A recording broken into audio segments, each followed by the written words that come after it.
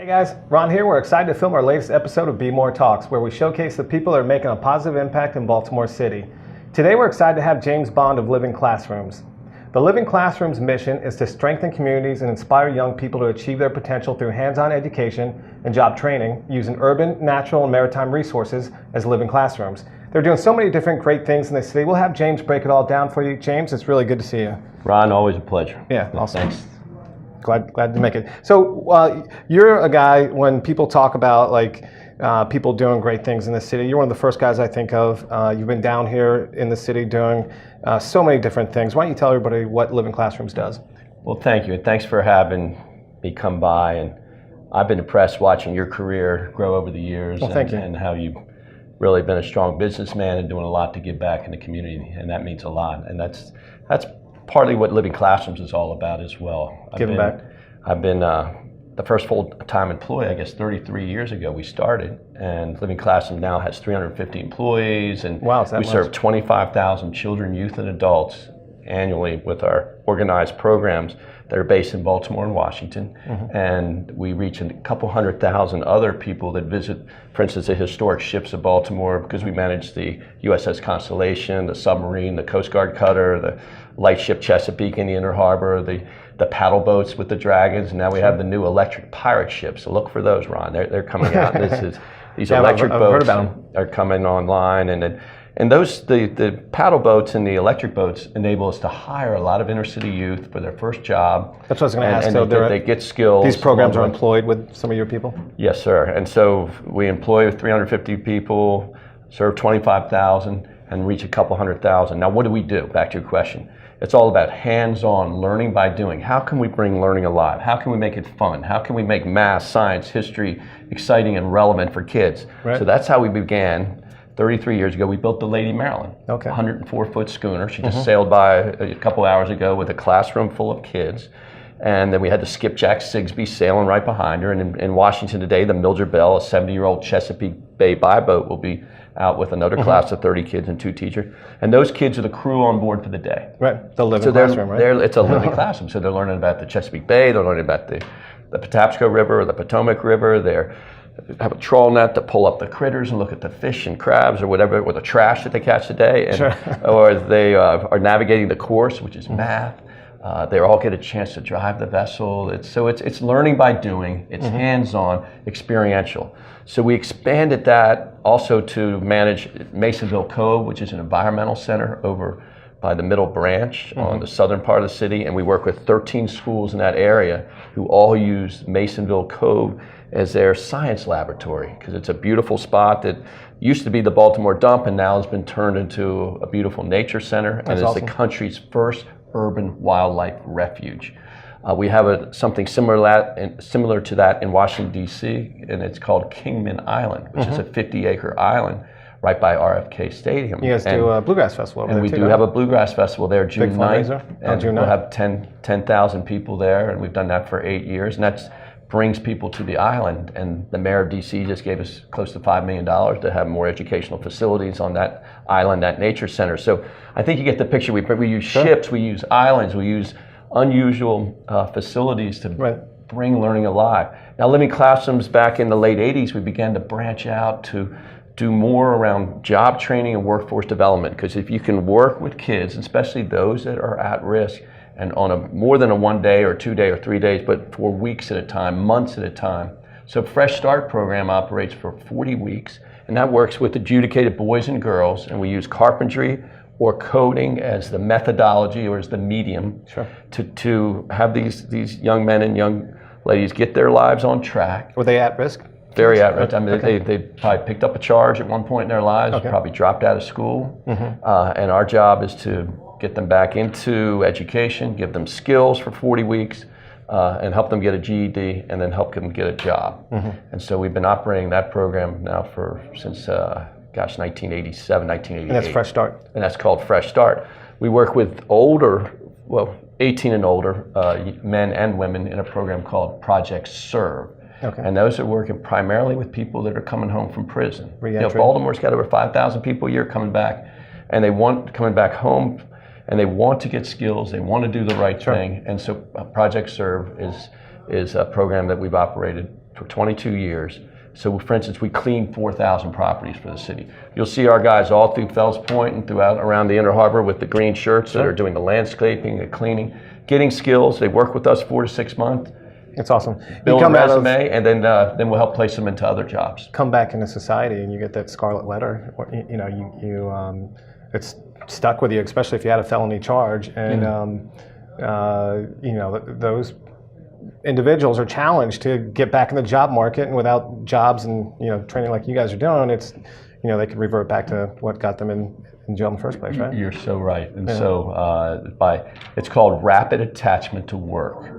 Because we're not only helping them build a resume and providing some training, but we immediately are hiring people and can put a paycheck, put money in their pocket, so someone can begin to subsist back in the community. And so Project Serve's we've been operating that for years. Then we also operate community centers like the Under Armour House up on Fayette Street. That's fairly new, right? Yes, we were fortunate that Kevin Plank and Under Armour donated over $6.5 million for that site.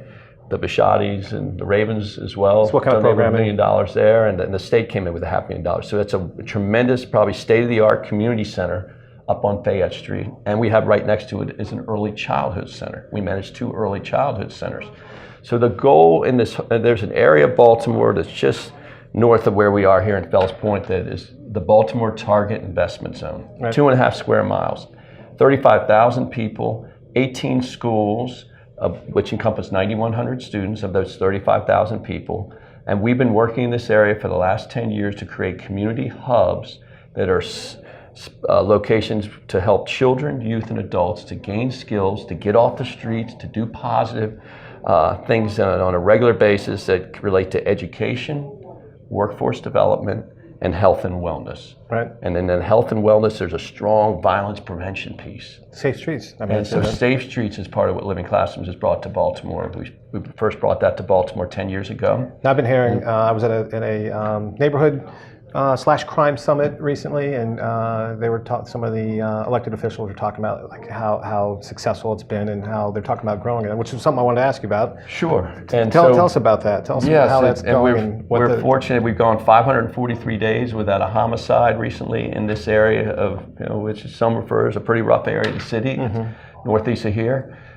So it proves it can work. And so, what is Safe Street? So tonight we'll have, and every night we'll have 5 to 6 guys who have a lot of street credibility, who maybe at one point in their life may have been a part of a gang, may have been incarcerated, but these guys have turned their lives around, and we have over 40 hours of mediation training, and they are violence interrupters. That's their title, violence interrupter. Right. And their hours are not 9 to 5, they're 6 to 2. Right.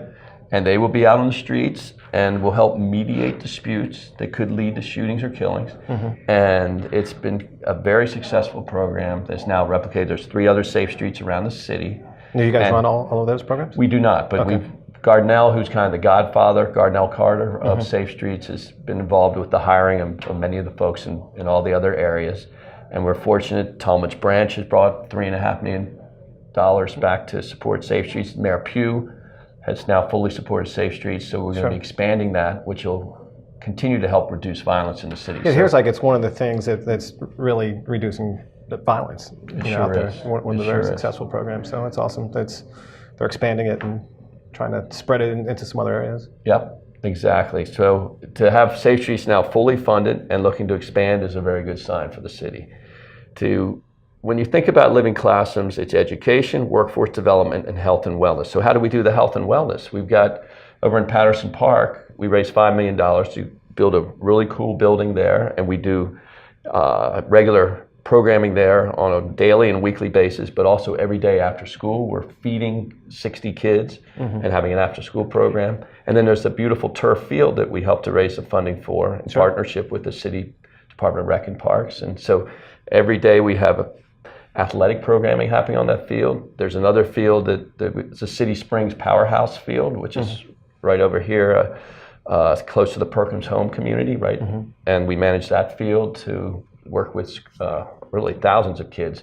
So there's an inner city middle school lacrosse program happening right now. We have soccer. That's great. Yeah, Flag I've football. seen quite I'm a sure few you've seen the kids kids there. with their lacrosse equipment, which is that's a fairly new program? Yes. So I don't recall. I see the kids with football gear and stuff, but now lately I've been seeing them with lacrosse gear, which is different. We've been fortunate to raise some funds from U.S. Lacrosse and others so that we are able to now have 6 boys teams and 6 girls teams from 6 different schools, and they're competing in a league that's called the Be More Athletic League. Okay. And there's now over 19 schools in that league. Because you know what, in Baltimore, believe it or not, in the middle school, there's no athletic leagues. There's no athletic programming for teams.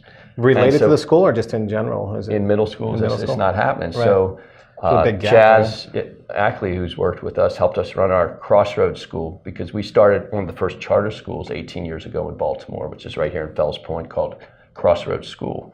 And it's been the most successful middle schools as far as test scores over the last few years. And Chaz saw that these kids were 14 years old and never been on a team. Right.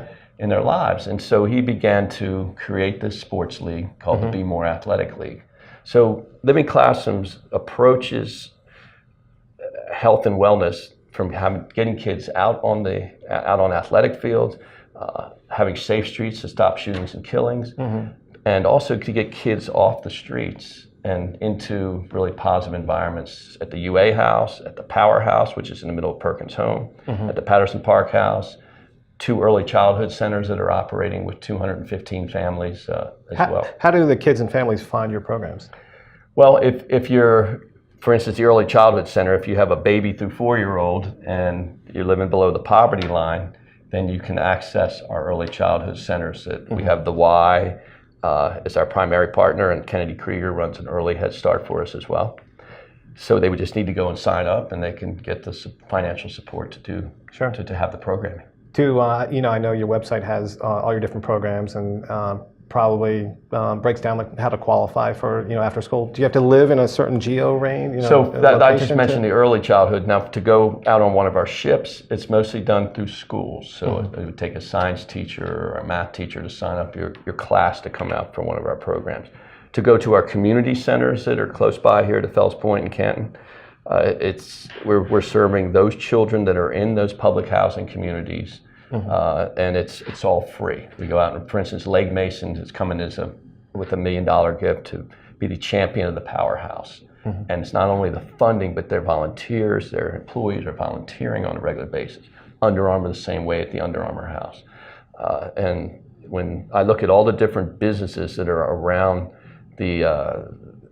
really this harbor area, whether it's T. Rowe Price, Legg Mason, Brown Advisory, et cetera, they're all contributing. Well, yeah, we can do that. But they're all contributing, supporting, not only with financially, but with their employees that come to volunteer. So that the kids that are being served, back to your question, they are coming into these safe environments, they're having fun, they're getting fed, which is very important as well, to get good, healthy food each day. They're having great mentorships from the businesses around the area that are helping out. So it's been something that's really been fun to watch develop. And watching you guys do it's been great. So what are the biggest challenges for you guys right now? Is it funding? Is it what are the big challenges? One challenge we recently had, which is interesting, in Baltimore public schools, there's 25 days where kids are out of school for vacations and for there's professional development days, et cetera.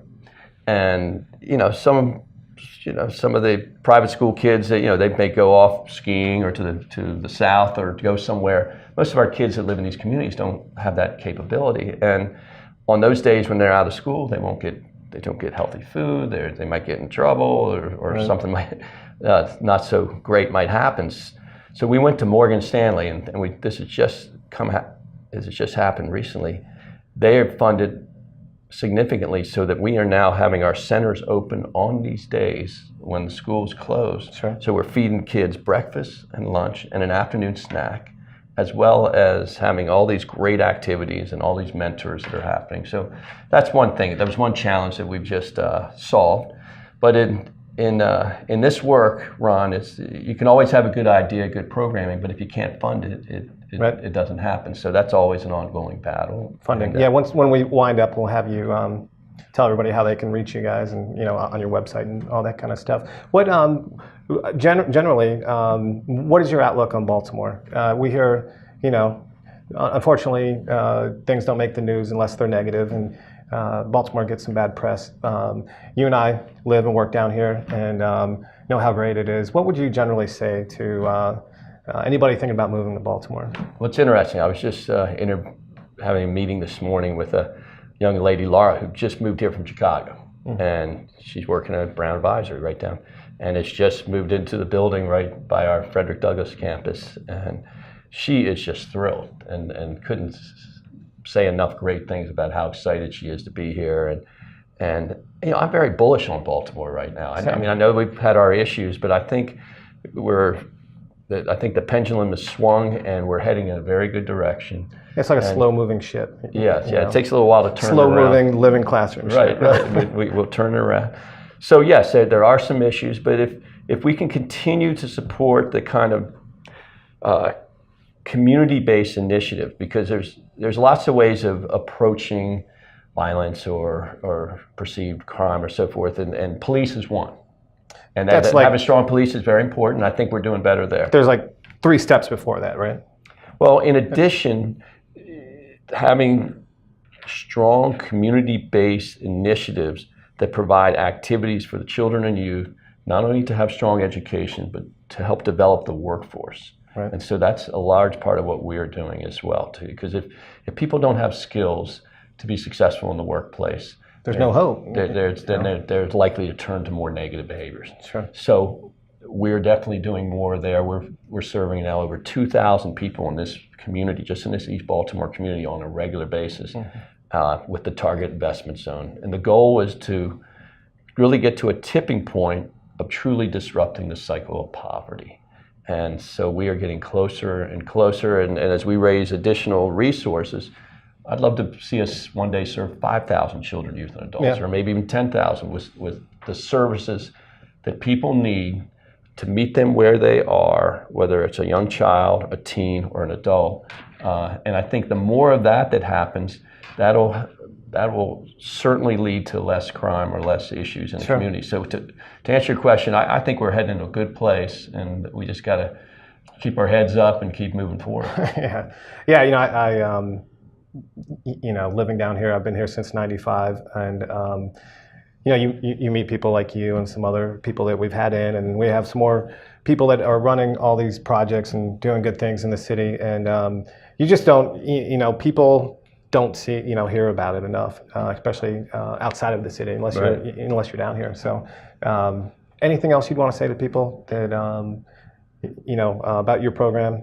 Anything else you'd want to tell them? Well, anyone who's interested in living classrooms, please feel free to stop by anytime at our Frederick Douglass campus, which is the site of the country's first black-owned shipyard, right down at the end of Thames Street, Thames and Caroline Street.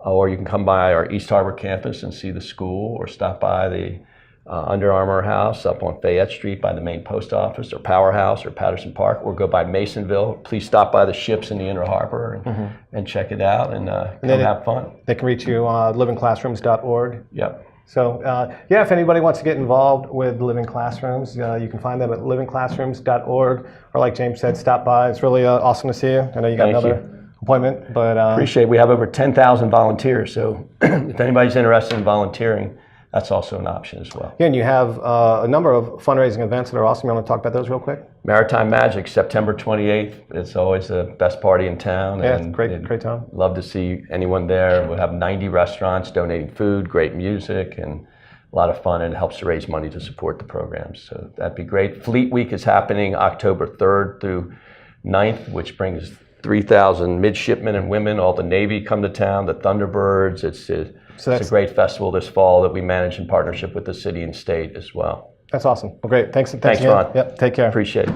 See you next time.